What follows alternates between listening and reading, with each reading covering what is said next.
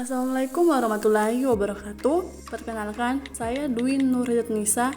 Saya akan mempresentasikan materi dari mata kuliah Ilmu Pengantar Ekonomi. Baik, saya akan menjelaskan materi yang pertama, yaitu perbedaan antara ilmu ekonomi dan sistem ekonomi. Materi pertama, pandangan terhadap problema dasar ekonomi. Yang pertama itu manusia dan masyarakat senantiasa memiliki kebutuhan baik barang maupun jasa. Yang kedua, dalam rangka memenuhi kebutuhan tersebut muncul problem yang asasi, yaitu yang pertama, kebutuhan manusia tidak terbatas, dan yang kedua, sarana pemenuhannya terbatas. Dan yang ketiga, problem asasi ekonomi adalah kelangkaan. Materi selanjutnya, solusi sistem ekonomi kapitalisme. Sejarah lahirnya kapitalisme, yaitu yang pertama, sebelum ilmu ekonomi modern lahir, aliran ekonomi yang ada adalah ekonomi berkapitalisme. Yang kedua, aliran ini memandang bahwa manusia memiliki sifat serakah, egoistis, dan mementingkan diri.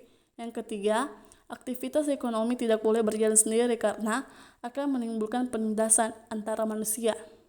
Yang keempat, negara harus berperan dalam mengendalikan kegiatan ekonomi dalam masyarakat.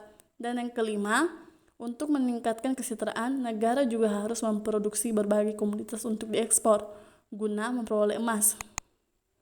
Kegagalan berkapitalisme. Yang pertama, berkapitalisme yang ternyata gagal menyejahterakan ekonomi rakyatnya, bahkan membuat perekonomian semakin buruk. Yang kedua, hal ini mendorong lahirnya paham baru yang dianggap revolusioner pada saat itu. Yang ketiga, tahun 1976 terbit sebuah buku yang berjudul The Wealth of Nations yang ditulis oleh Adam Smith. Yang keempat, buku ini mengkritik pandangan dasar dari aliran kapitalisme. Yang kelima, aliran memandang bahwa manusia memiliki sifat serakah dan egois, sehingga harus dikendalikan oleh negara adalah aliran yang salah. Materi yang selanjutnya, sifat serakah manusia. Yang pertama, sifat serakah dan egois itu tidak boleh ditekan dan dikendalikan oleh negara. Sebab sifat manusia seperti ini tidak negatif, tetapi justru sangat positif karena akan dapat memacu pertumbuhan ekonomi dan pembangunan secara keseluruhan. Yang ketiga, sifat egoistis manusia ini tidak akan mendatangkan kerugian dan merusak masyarakat sepanjang ada persaingan bebas. Dan yang keempat, setiap orang yang menginginkan laba dalam jangka panjang tidak akan menaiki harga di atas tingkat harga pasar. Baik, materi selanjutnya atau materi kedua yaitu sistem ekonomi sosialisme. Sistem ekonomi sosialisme menurut Karl Marx mendiri paham ekonomi sosialisme yang mengkritik keras paham ekonomi aliran klasik. Dalam memberikan kritiknya, Marx menggunakan asumsi-asumsi dasar yang digunakan oleh aliran klasik. Terus selanjutnya, dari asumsi-asumsi dasar itulah, kemudian Marx memberikan kritikan balik yang sangat telak terhadap paham ekonomi aliran klasik. Yang pertama, surplus labor and value theory. Yaitu yang pertama, dalam membangun teorinya, Marx berangkat dari pandangan nilai value. Menurut Adam Smith dan David Ricardo, dan dua, nilai suatu barang itu diukur dari seberapa banyak tenaga yang telah dikorbankan oleh pekerja untuk memproduksi barang tersebut. Yang ketiga, dengan adanya perubahan pola produksi dari sistem yang primitif kepada sistem yang modern, maka akan muncul ketidakadilan dalam ekonomi. Materi selanjutnya, perubahan pola produksi yang terbagi menjadi dua. Yang pertama, pola produksi yang primitif, yaitu yang pertama kepemilikan bersifat individual, yang kedua produksi bersifat individual, yang ketiga penjual bersifat individual, yang keempat pembagian keuntungan bersifat individual. Yang kedua, pola produksi yang modern. Kepemilikan bersifat individual, yang kedua produksi bersifat kolektif, yang ketiga penjual bersifat kolektif, yang keempat pembagian keuntungan bersifat individual.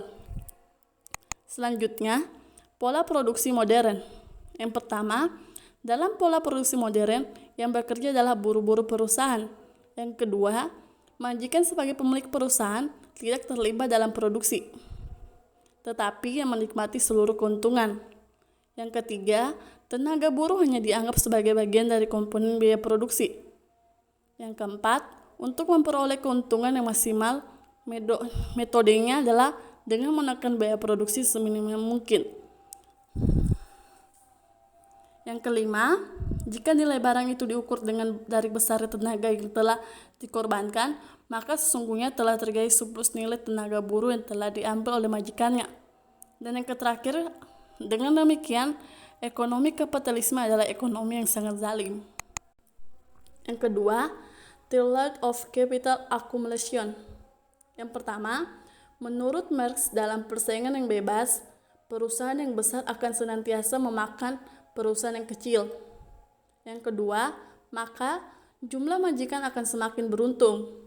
Sebaliknya, jumlah kaum buruh akan semakin banyak. Yang ketiga, demikian juga jumlah perusahaan juga akan semakin sedikit, namun akumulasi kapitalnya akan semakin besar. Yang keempat, dengan demikian nasib kaum buruh akan semakin tertindas. Solusi ekonomi sosialisme. Yang pertama, untuk menghilangkan ketidakadilan yang terjadi dalam ekonomi kapitalisme, maka Marx memberikan solusi yang sangat radikal, yaitu penghapusan pemilikan per individu. Yang kedua, dengan demikian akan muncul pola produksi yang adil, yaitu yang pertama, kepemilikan bersifat kolektif. Yang kedua, produksi bersifat kolektif. Yang ketiga, penjualan bersifat kolektif. Yang keempat, pembagian keuntungan bersifat kolektif.